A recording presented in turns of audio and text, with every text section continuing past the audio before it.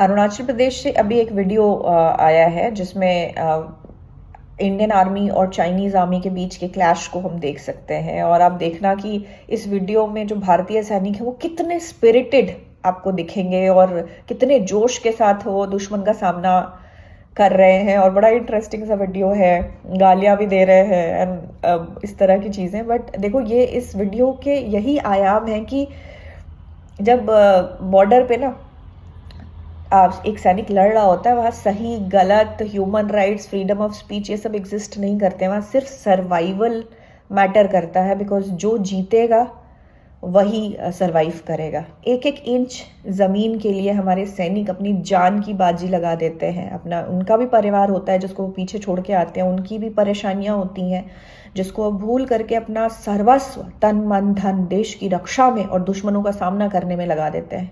सोचिए, भारतीय सेना की महानता के बारे में आप सोचिए। ये वही सैनिक है जिनके बारे में आप तरह तरह के नैरेटिव्स भी टाइम टाइम पे सुनते रहते हैं। कई बार कई लोग मजाक भी उड़ाते रहते हैं कि गलवान सेज हाई जैसा भी स्टेटमेंट आ जाता है। और कई लोग उस तरह के स्टेटमेंट के समर्थन भी करते हैं। बट उसके बावजूद जो भारतीय सेनाएं हैं, आपके फ्रीडम ऑफ स्पीच, आपकी लिबर्टीज, आपकी पीढ़ियों के लिए अपना सर्वस्व निछावर कर देती है। और यही डिफरेंस होता है एक सैनिक की जॉब में और बाकी जॉब में। मतलब कई लोग ये भी कहते हैं कि भाई हम डॉक्टर्स हैं, इंजीनियर्स हैं, हम एक्टर्स हैं, पॉलिटिशियंस हैं, हम भी तो जॉब कर रहे हैं, हम भी तो टैक्स दे रहे हैं, तो एक सैनिक ऐसा क्या स्पेशल कर रहा है। आशा है कि जब इस तरह के कुछ छोटे वीडियोस कभी कदार बाहर आ जाते हैं तो आपको इसका आंसर मिल जाता होगा कि एक सैनिक ऐसा क्या कर रहा है। उसकी जॉब और आपकी जॉब में सबसे बड़ा फर्क ये होता है ना कि वो अपनी जॉब आपके लिए कर रहा है, अपनी जान की बाजी लगा करके। वो आपकी पीढ़ियां, आपका फ्यूचर सिक्योर कर रहा है।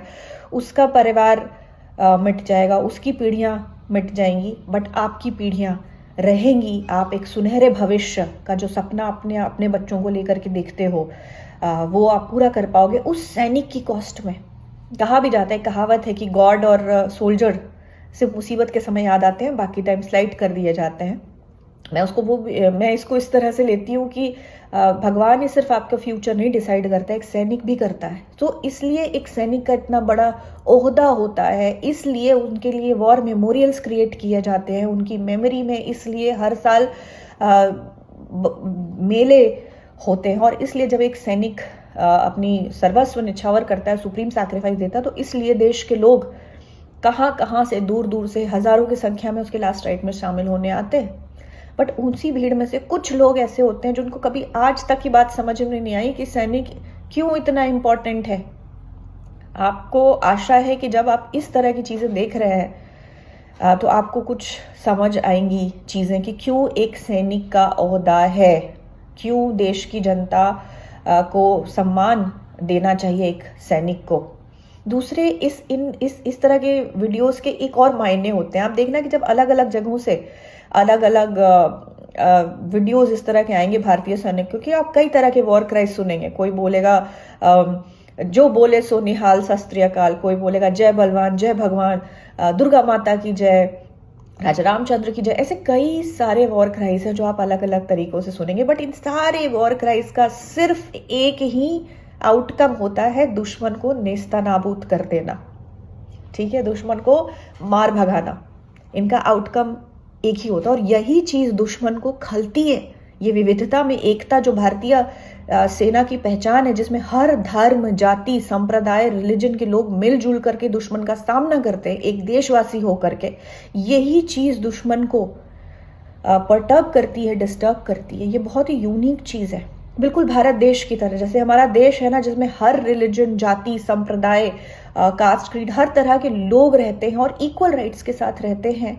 और हमारा देश इतना विशाल, इतना महान है कि आज तक सरवाइव कर रहा है, आगे बढ़ रहा है।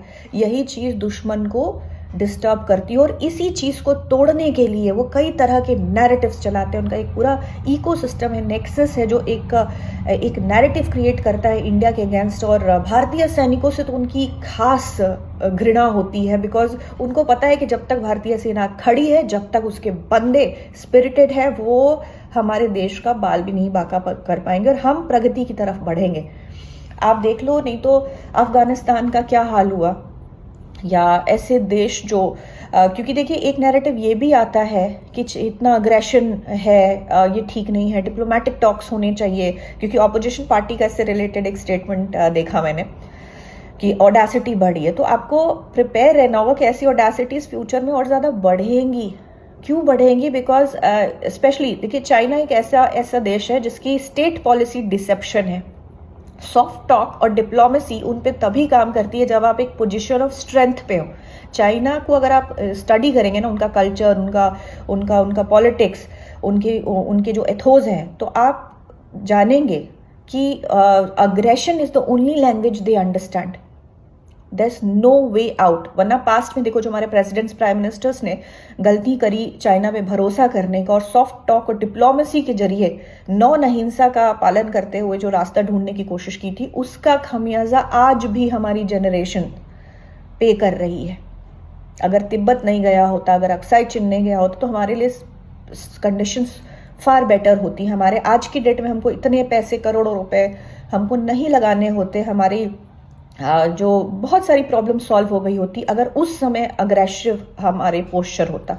सो आज की डेट में aggression is the only way. जैसे गलवान में हुआ, गलवान में जो भी डिस्कलेशन हुआ उसका रीजन यही था कि हमने नेगोशिएशन तो किया, हमने डिप्लोमेटिक टॉक्स भी किए, बट हमने पोजीशन ऑफ स्ट्रेंथ से की थी। तो यही चीज आपको एज ए सिटीजन भी समझनी पड़ेगी कि जब भारतीय सेना का एक नैरेटिव आता है तो आप 10 नैरेटिव लेकर के मत आओ। सही, गलत, wrong, right, human right, freedom of speech, जैसे मैंने बताया कि ये सब बॉर्डर एरियाज पे नहीं मैटर करते हैं। वो बॉर्डर के ना 20 किलोमीटर बाद शुरू होते हैं। तो ये सब चीजें ना, जब भारतीय सेना कुछ बोल रही है तो आप उसके पीछे स्टैंड करो।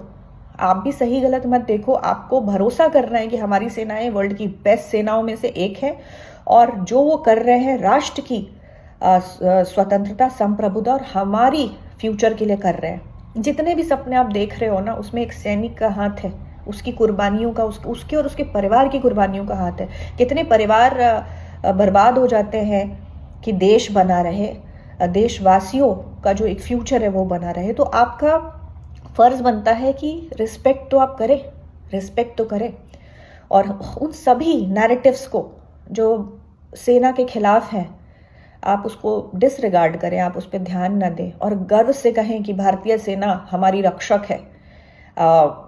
वरना आप देखिए कितने जो देश आए गए, खत्म हो गए। और तिब्बत को ले लीजिए, ताइवान को ले लीजिए, किस तरह से उनको बुली किया जाता है, किस तरह से उन पर कब्जा कर ले। हमारे साथ ये कोई कोशिश नहीं कर सकता, बिकॉज हमारी सेनाएं आपको डबल अंदाज में जवाब देंगी। सो आशा है कि ये सब देख के आपको कुछ सीखने को मिला होगा और बहुत प्राउड भी आप फील कर रहे हो, और हर उस इंसान को आंसर मिल गया होगा जिसने कभी भारतीय सेना का को हाय कहा होगा। जय हिंद।